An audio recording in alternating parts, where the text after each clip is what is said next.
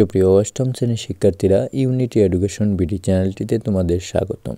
এই ভিডিওতে আমি তোমাদের বাংলা বইয়ের বিভূতিভূষণ বন্দ্যোপাধ্যায়ের পরে পাওয়া গল্পটি থেকে বহু নির্বাচনী প্রশ্ন ও এই অধ্যায়ের সৃজনশীল প্রশ্নের সমাধানগুলো দেখব। এই অধ্যায়ে মোট 2টি সৃজনশীল প্রশ্ন দেওয়া আছে, সৃজনশীল 1 ও সৃজনশীল 2। তাহলে চলো শিক্ষার্থীরা, আমরা এই সৃজনশীল 2টি প্রশ্ন ও এই অধ্যায়ের বহু নির্বাচনী প্রশ্নের সমাধানটি দেখি। বহু নির্বাচনী প্রশ্নের প্রথমে দেওয়া আছে, কাদের বাগানে আম কুড়াতে কালবৈশাখী উপেক্ষা করে সবাই ছুটছিল? উত্তরটি হবে গ, বারুজ্জিদের। 2, চাঁপাতলের আমের ব্যাপারে এত আগ্রহের কারণ তা? এখানে উত্তর হবে ঘ, 3, নির্বিঘ্নে কুড়ানো যায়। তারপর 3 নম্বর প্রশ্ন, লেখকের চমৎকার অর্থে ব্যবহৃত দিব্যি শব্দটি আমরা কোন অর্থে ব্যবহার করে থাকি? এখানে উত্তর হবে ক, শপথ। তারপর উদ্দীপকটি পড়ো এবং 4 ও 5 নং প্রশ্নের উত্তর দাও। উদ্দীপকটি হলো, স্কুলের জারুদার শচী পরীক্ষা শেষে কক্ষ পরিষ্কার করতে গিয়ে সে একটি মূল্যবান ঘড়ি পেল। তার লোভ হলো, ভাবলো ঘড়িটা মেয়ের জামাইকে উপহার দেবে। মেয়ে নিশ্চয়ই খুব খুশি হবে, কিন্তু রাতে ঘুমাতে গিয়ে মনে হলো এ অন্যায় অনুচিত। যার ঘড়ি তার মনুষ্য কষ্টের কারণে মেয়ের চরম অকল্যাণ হতে পারে। ঘড়িটা কর্তৃপক্ষের কাছে জমা দেওয়া তার কর্তব্য। সে পরদিন তাই করল।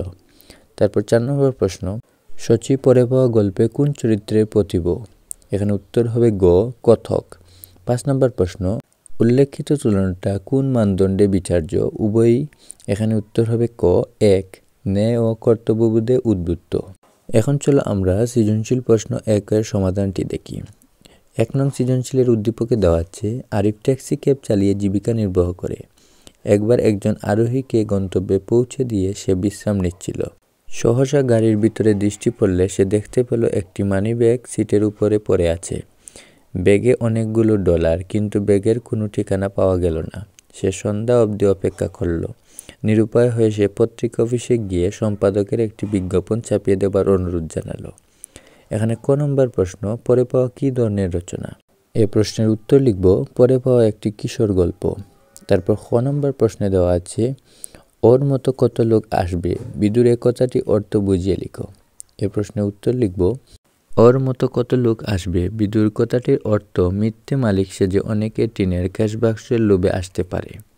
পরে পাওয়া গল্পে কিশোরেরা একটি টিনের ক্যাশবাক্স কুড়িয়ে পেলে তা মালিককে ফেরত দেওয়ার পরিকল্পনা করে পোস্টার লাগায়। টিনের সেই ক্যাশবাক্স পাওয়ার লোভে প্রথম দিনই বুয়া একজন মিথ্যা মালিক সেজে হাজির হয়। তাকে কিছু প্রমাণ হাজির করতে বলা হয় এবং সে যথাযথ প্রমাণ দিতে অপরাগ হয়। লুবি এ বুয়া মালিকের সম্পর্ক নির্ধারণ করতে গিয়ে বিদু উপযুক্ত উক্তিটি করে। তারপর তোমাদের গ নং প্রশ্নে দেওয়া আছে, উদ্দীপকে আরিফের কোন যুক্তিতে বিদুর সঙ্গে তুলনা করা যায় ব্যাখ্যা করো। এ প্রশ্নের উত্তর লিখব, উদ্দীপকে আরিফের নৈতিক মানসিকতার দৃষ্টিকোণ থেকে পরে পাওয়া গল্পে বিদুদের সঙ্গে তুলনা করা যায়। উদ্দীপকে আরিফ একজন সাধারণ মানুষ হয়েও পরের জিনিসের প্রতি কোনো প্রকারের লোভ দেখাননি, যার ফলে এখানে তার সততা ও নির্লোভ মনের পরিচয় পাওয়া যায়। পরে পাওয়া গল্পে বিদুর সততা ও উদ্দীপকে আরিফের অনুরূপ। পরে পাওয়া গল্পে বিদু ও তার বন্ধুরা উভয়ই পরে পাওয়া জিনিসের প্রতি লোভ দেখায়নি, যা উদ্দীপকে আরিফের মধ্যে আমরা লক্ষ্য করি। উদ্দীপকে আরিফ মানিব্যাগের মালিককে খুঁজে বের করার জন্য অপ্রাণ চেষ্টা চালিয়েছে, কিন্তু সে কোনো ঠিকানা জোগাড় করতে পারেনি।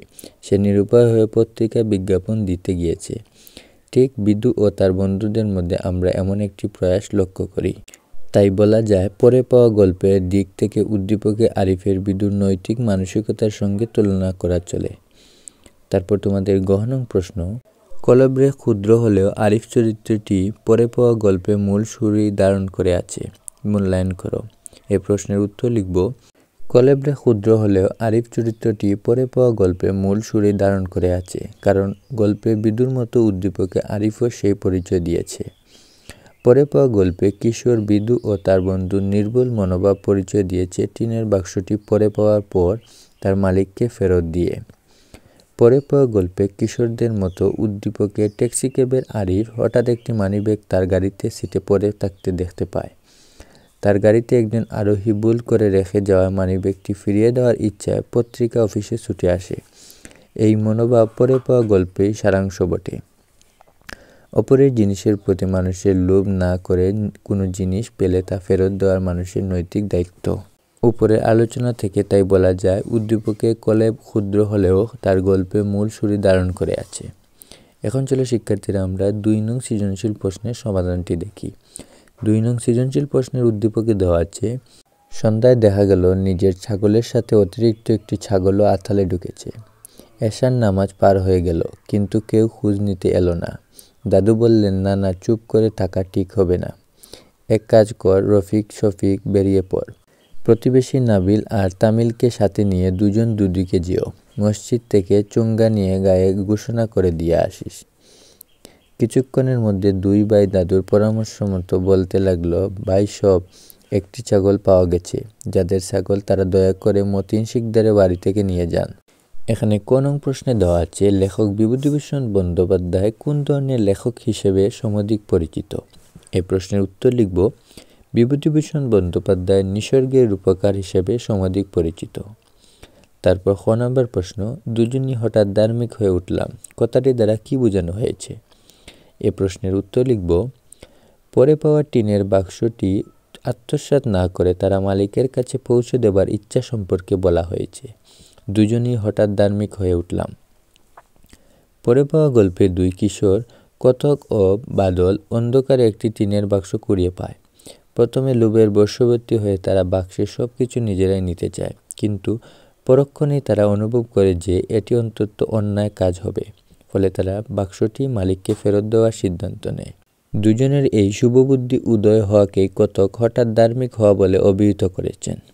তারপর তোমাদের গ নং প্রশ্নে দেওয়া আছে, রফিক শফিকের চুঙ্গা ফুকায় ঘটনাটি পরে পাওয়া গল্পে কোন ঘটনার সাথে সঙ্গতিপূর্ণ ব্যাখ্যা করো?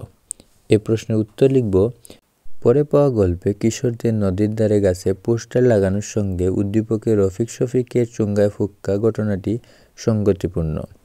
পরে পাওয়া গল্পে কুড়িয়ে পাওয়া টিনের ক্যাশবাক্সের সংবাদ একটা কাগজে লিখে কিশোররা নদীর ধারে গাছে টানিয়ে দেয়। উভয় পক্ষে অন্যের সম্পদ পাওয়া সংবাদটি সবাইকে জানানো এবং এর যথার্থ মালিককে খুঁজে বের করা ছিল মূল লক্ষ্য। পরে পাওয়া সম্পদের মালিককে খুঁজে পেতে চাইলে প্রাপ্ত সংবাদটি সবাইকে জানানোর বিকল্প নেই। গল্পে ও উদ্দীপকে অনুরূপ ভাবনার প্রকাশ ঘটতে দেখা যায়। উদ্দীপকে ছাগল প্রাপ্তির সংবাদ প্রচারে দাদুর নির্দেশনা মতো রফিক শফিক মসজিদের চুঙ্গা দিয়ে গায়ে বেরিয়ে পড়ে এবং চুঙ্গা ফুঁকে ফুঁকে সবার মনোযোগ আকর্ষণ চেষ্টা করে। এদিক থেকে ঘটনা দুটি পরস্পর সাদৃশ্যপূর্ণ।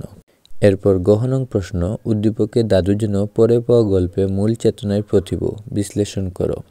এ প্রশ্নের উত্তর লিখব আমরা, উদ্দীপকে দাদুর নৈতিক চেতনা ও দায়িত্ববোধের পরিচয় দিয়ে পরে পাওয়া গল্পে মূল চেতনায় প্রতিনিধিত্ব হয়ে উঠেছেন।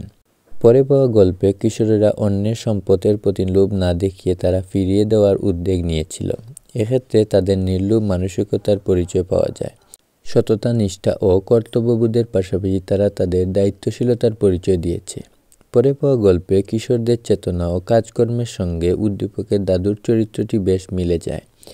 তিনি আখালে ঢোকা অতিরিক্ত ছাগলটি মালিককে ফিরিয়ে দিতে মনস্থির করেন এবং সে লক্ষ্যেই রফিক শফিককে প্রাপ্ত সংবাদটি প্রচারের জন্য বেরিয়ে পড়ার আদেশ দেন।